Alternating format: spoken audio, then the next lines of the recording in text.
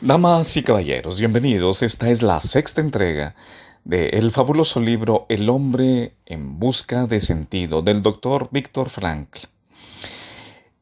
Delante de mí tropezó y se desplomó aquel hombre que por primera vez en mi vida podía comprender el significado de las palabras «Los ángeles se pierden en la contemplación perpetua de la gloria infinita». Delante de mí tropezó y cayendo sobre él los que lo seguían.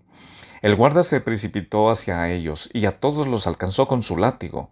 Este hecho distrajo mi mente de sus pensamientos unos pocos minutos, pero pronto mi alma encontró de nuevo el camino para regresar a su otro mundo, y olvidándose de la existencia del prisionero, continué la conversación con mi amada. Yo le hacía preguntas y ella contestaba. A su vez, ella interrogaba y yo respondía. ¡Alto! Habíamos llegado a nuestro lugar de trabajo. Todos nos abrazamos dentro de la oscura caseta con la esperanza de obtener una herramienta medio decente. Cada prisionero tomaba un palo o un zapapico. «¿Es que no podéis daros prisa, cerdos?» Al cabo de unos minutos reanudamos el trabajo en la zanja, donde lo dejamos el día anterior. La tierra helada se resquebrajaba bajo la punta del pico, despidiendo chispas. Los hombres permanecían silenciosos con el cerebro entumecido. Mi mente se aferraba aún a la imagen de mi mujer. Un pensamiento me asaltó. Ni siquiera sabía si ella estaba viva aún. Solo sabía una cosa. Algo que para entonces ya había aprendido bien. Que el amor trasciende la persona física del ser amado y encuentra su significado más profundo en su propio espíritu. De algún modo de ser importante. No sabía si mi mujer estaba viva, ni tenía medio de averiguarlo. Durante todo el tiempo de reclusión no hubo contacto postal alguno con el exterior. Pero para entonces ya había dejado de importarme. No necesitaba saberlo, nada podía alterar la fuerza de mi amor, de mis pensamientos o de la imagen de mi amada. Si entonces hubiera sabido que mi mujer estaba muerta, creo que hubiera seguido entregándome. Insensible a tal hecho, a la contemplación de su imagen y que mi conversación mental con ella hubiera sido igualmente real y gratificante. Ponme como sello sobre tu corazón, pues fuerte es el amor como la muerte. Cantar de los Cantares 8:6. Meditaciones en la zanja. Esta intensificación de la vida interior ayudaba al prisionero a refugiarse contra el vacío, la desolación y la pobreza espiritual de su existencia, devolviéndole a su existencia anterior. Al dar rienda suelta a su imaginación, ésta se recreaba en los hechos pasados, a menudo no las más importantes, sino los más pequeños sucesos y las cosas insignificantes. La nostalgia los glorificaba, haciéndoles adquirir un extraño matiz. El mundo donde sucedieron y la existencia que tuvieron parecían muy distantes, y el alma tendía hacia ellos con la añoranza. En mi apartamento contestaba el teléfono y encendía las luces.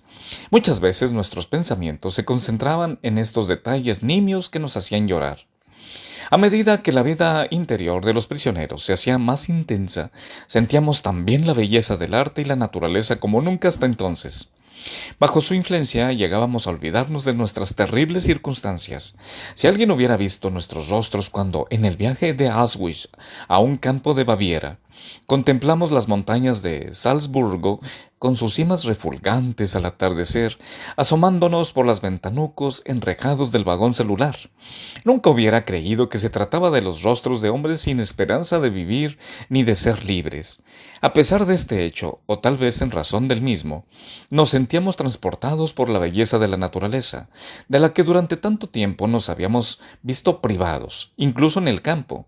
Cualquiera de los prisioneros podía atraer la atención del camarada que trabajaba a su lado señalándole una bella puesta de sol, resplandeciendo por entre las altas copas de los bosques bávaros, como se ve en la famosa acuarela de Durero. Esos mismos bosques donde construíamos un inmenso almacén de municiones oculto a la vista, una tarde en que nos hallábamos descansando sobre el piso de nuestra barraca, muertos de cansancio, los cuencos de sopa en las manos, uno de los prisioneros entró corriendo para decirnos que saliéramos al patio a contemplar la maravillosa puesta de sol, y de pie allá afuera vimos hacia el oeste densos nubarrones y todo el cielo plagado de nubes que continuamente cambiaban de forma y color desde el azul acero al rojo bermellón. mientras que los desolados barracones grisáceos ofrecían un contraste hiriente, cuando los charcos del suelo fangoso reflejaban el resplandor del cielo, y entonces, después de dar unos pasos en silencio, un prisionero le dijo a otro: «Qué bello podría ser el mundo». Monólogo al amanecer. En otra ocasión, estábamos cavando una trinchera. Amanecía en nuestro derredor un amanecer gris. Gris era el cielo, y gris la nieve a la pálida luz del alba. Grises los harapos que me cubrían los cuerpos de todos los prisioneros y sus rostros también eran grises. Mientras trabajaba, hablaba quedamente a mi esposa o quizás estuviera debatiéndome por encontrar la razón de mis sufrimientos, de mi lenta agonía, en una última y violenta protesta contra lo inexorable de mi muerte inminente. Sentí como si mi espíritu traspasara la melancolía que se nos envolvía. Me sentí trascender aquel mundo desesperado, insensato, y desde alguna vez que escuché un victorioso sí, como contestación a mi pregunta sobre la existencia de una intencionalidad última, en contestación a mi pregunta sobre la existencia de una intencionalidad última, en aquel momento y en una franja lejana encendieron una luz que se quedó ahí fija en el horizonte como si alguien la hubiera pintado, en medio del gris miserable de aquel amanecer en Baviera. Et lux in tenebris lucet, y la luz brilló en medio de la oscuridad. Estuve muchas horas trabajando el terreno helado. El guardián pasó junto a mí, insultándome, y una vez más volví a conversar con mi amada. La sentía presente a mi lado, cada vez con más fuerza, y tuve la sensación de que sería capaz de tocarla, de que si extendía mi mano, cogería la suya. La sensación era terriblemente fuerte de ella estaba ahí realmente. Y entonces, en aquel mismo momento, un pájaro bajó volando y se posó justo frente a mí, sobre la tierra que había extraído de la zanja, y se me quedó mirando fijamente. Arte en el campo. Antes he hablado del arte. ¿Puede pensarse en algo parecido en un campo de concentración? Depende más bien de lo que uno llama arte. De vez en cuando se improvisaba una especie de espectáculo de cabaret. Se despojaba temporalmente un barracón, se apiñaba o se clavaban entre sí unos cuantos bancos y se estudiaba en programa. Por la noche, los que gozaban de una buena situación, o sea, los capos, y los que no tenían que hacer grandes marchas fuera del campo, se reunían ahí, reían o alborotaban un poco. Cualquier cosa que les hiciera olvidar se cantaba, se recitaban poemas, se contaban chistes que contenían alguna referencia satírica sobre el campo. Todo ello no tenía otra finalidad que la de ayudarnos a olvidar, y lo conseguían. Las reuniones eran tan eficaces que algunos prisioneros asistían a las funciones a pesar de su agotador cansancio, y aun cuando por ello perdían su rancho de aquel día. El buen humor es siempre algo envidiable. Al principio de nuestro internamiento nos permitían reunirnos en un cuarto de máquinas a medio construir para saborear durante media hora el plato de sopa que nos repartían a mediodía. Como la tenía que pagar la empresa constructora, era de todo menos alimenticia. Al entrar, cada uno recibía un cucharón de sopa aguada, y mientras los sorbíamos con avidez, un prisionero italiano trepaba encima de una cuba y nos entonaba arias italianas. Los días que nos daba el recital musical, tenía garantizado una ración doble de sopa sacada del fondo del perol, es decir, con guisantes. En el campo se concedían premios, no solo por entretener, sino también por aplaudir. Por ejemplo, a mí podían haberme protegido, y fui muy afortunado al no necesitarlo. El capo más temido de todos, a quien por más de unas razones se le conocía por el sobrenombre de el capo asesino, contaré cómo sucedió. Una tarde tuve el gran honor de que me invitaran otra vez a la sesión de espiritismo. Estaban reunidos allí en aquella habitación unos cuantos amigos íntimos del médico jefe. Asimismo estaba presente de forma totalmente ilegal el oficial al cargo del escuadrón sanitario. El capo asesino entró allí por casualidad y le pidieron que recitara uno de sus poemas que se habían hecho famosos o infames en el campo. No necesitaba que lo repitieran dos veces, de modo que rápidamente sacó una especie de diario del que empezó a leer más cuantas muestras de arte. Me mordía los labios hasta hacerme sangre para no reírme al escuchar uno de sus poemas amorosos, y seguramente gracias a ello salvé la vida. Como además le aplaudí con largueza.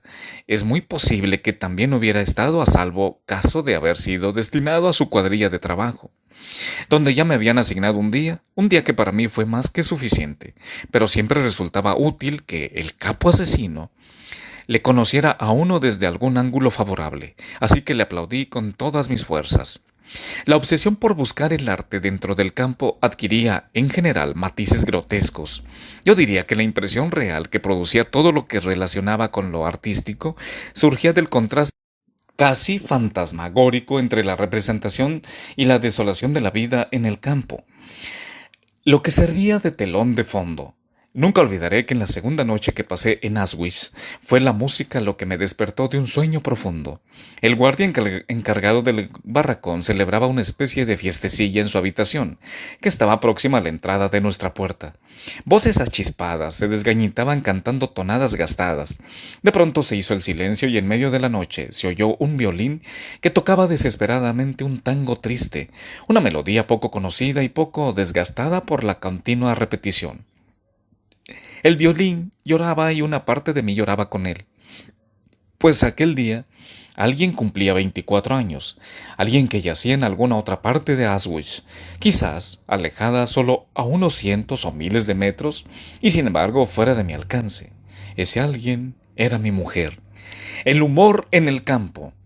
El descubrimiento de algo parecido al arte en un campo de concentración ha de sorprender bastante al prófano en estas cosas, pero aún se sentiría mucho más sorprendido al saber que también había cierto sentido del humor. Claro está, en su expresión más leve y aún así, solo durante unos breves segundos o unos minutos escasos, el humor es otra de las armas con las que el alma lucha por su supervivencia. Es bien sabido que, en la existencia humana, el humor puede proporcionar el distanciamiento necesario para sobreponerse a cualquier situación, aunque no sea más que unos segundos. Yo mismo entrené a un amigo mío que trabajaba a mi lado en la obra para que desarrollara su sentido del humor. Le sugería que debíamos hacernos la solemne promesa de que cada día inventaríamos una historia divertida sobre algún incidente que pudiera suceder al día siguiente de nuestra liberación. Se trataba de un cirujano que había pertenecido al equipo de un gran hospital, así que una vez intenté arrancarle una sonrisa insistiendo en que cuando se incorporara a su antiguo trabajo le iba a resultar muy difícil olvidar los hábitos que había aprendido en el campo de concentración. Al pie de la obra que construíamos, y en especial cuando el supervisor hacía su ronda de inspección, el capataz nos estimulaba a trabajar más deprisa gritando «¡Acción! ¡Acción!». Así que dije a mi amigo, un día regresarás al quirófano para operar a un paciente aquejado por peritonitis. De pronto, una ordenanza entrará a toda prisa y anunciará la llegada del jefe del equipo de operaciones gritando «¡Acción! ¡Acción!». ¡Que viene el jefe! A veces los otros inventaban sueños divertidos con respecto al futuro, preveniendo, por ejemplo, cuando tuvieran un compromiso para asistir a una cena se olvidarían de cómo se sirve la sopa y le pedirían a la anfitriona que les echara una cucharada del fondo. Los intentos para desarrollar el sentido del humor y ver las cosas bajo una luz humorística son una especie de truco que aprendimos mientras dominábamos el arte de vivir, pues aún en un campo de concentración es posible practicar el arte de vivir, aunque el sufrimiento sea omnipresente. Cabría establecer una analogía. El sufrimiento del hombre actúa de modo similar a como lo hace el gas en el vacío de una cámara. Esta se llenará por completo y por igual, cualquiera que sea su capacidad. Analógicamente, el sufrimiento ocupa toda el alma y toda la conciencia del hombre, tanto si el sufrimiento es mucho como si es poco. Por consiguiente, el tamaño del sufrimiento humano es absolutamente relativo, de lo que se deduce que la cosa más nimia puede originar las mayores alegrías. Tomemos a modo de ejemplo algo que sucedió en nuestro viaje de Auschwitz a un campo filial del de Dachau. Todos teníamos que aquel traslado nos llevara al campo de Mauthausen y nuestra tensión aumentaba a medida que nos acercábamos a un puente sobre el Danubio que el tren tenía que cruzar para llegar a Mauthausen. Según sabíamos, por lo que contaban los prisioneros más experimentados, los que no hayan visto nunca algo parecido no podrán imaginar los saltos de júbilo que los prisioneros daban en el vagón cuando vieron que nuestro transporte no cruzaba aquel puente y que solo nos dirigíamos a Dachau. ¿Qué sucedió a nuestra llegada? a este campo tras un viaje que había durado 2 días y 3 noches. En el vagón no había sitio para que todos nos acurrucáramos en el suelo al mismo tiempo. La mayoría tuvo que permanecer de pie todo el viaje, mientras que unos pocos se turnaban para ponerse de cuclillas en la estrecha franja que estaba empapada de orines. Cuando llegamos, las primeras noticias que escuchábamos a los prisioneros más antiguos fueron que este campo relativamente pequeño, con una población de 2.500 reclusos, no tenía horno, ni crematorio, ni gas, lo que significaba que ninguno de nosotros iba a ser un musulmán. Ninguno iba a ir derecho a la cámara de gas, sino que de enfermos, que lo devolvería a Auschwitz. Esta agradable sorpresa nos puso a todos de buen humor. El deseo del viejo vigilante de nuestro barracón en Auschwitz se había cumplido. Habíamos llegado lo más rápido posible a un campo que, a diferencia de Auschwitz, no tenía chimenea. Nos reíamos y contamos chistes a pesar de las cosas que tuvimos que soportar durante las horas que siguieron. Cuando nos contaron a los recién llegados, resultó que estaba faltando uno. Así es que hubimos de esperar a la intemperie bajo la lluvia y el viento helado hasta que apareció el prisionero. Finalmente le encontraron en un barracón dormido, exhausto por el cansancio. Entonces, al pasar la lista, se convirtió en un desfile de castigo. Durante toda la noche y hasta muy entrada la mañana siguiente, tuvimos que permanecer de pie a la intemperie, helados y calados hasta los huesos después del esfuerzo que había supuesto el viaje, y aún así nos sentíamos contentos. En aquel campo no había chimeneas y Auschwitz quedaba bastante lejos. ¿Quién fuera un preso común? Otra vez vimos a un grupo de convictos que pasaba junto al lugar donde trabajábamos, y entonces se nos hizo patente y obvia la relatividad del sufrimiento y envidiamos a aquellos prisioneros por su existencia feliz, segura y relativamente bien ordenada. Sin duda tendrían la oportunidad de bañarse regularmente. Pensamos con tristeza que seguramente dispondrían de cepillos de diente, de ropa y de un colchón para cada uno.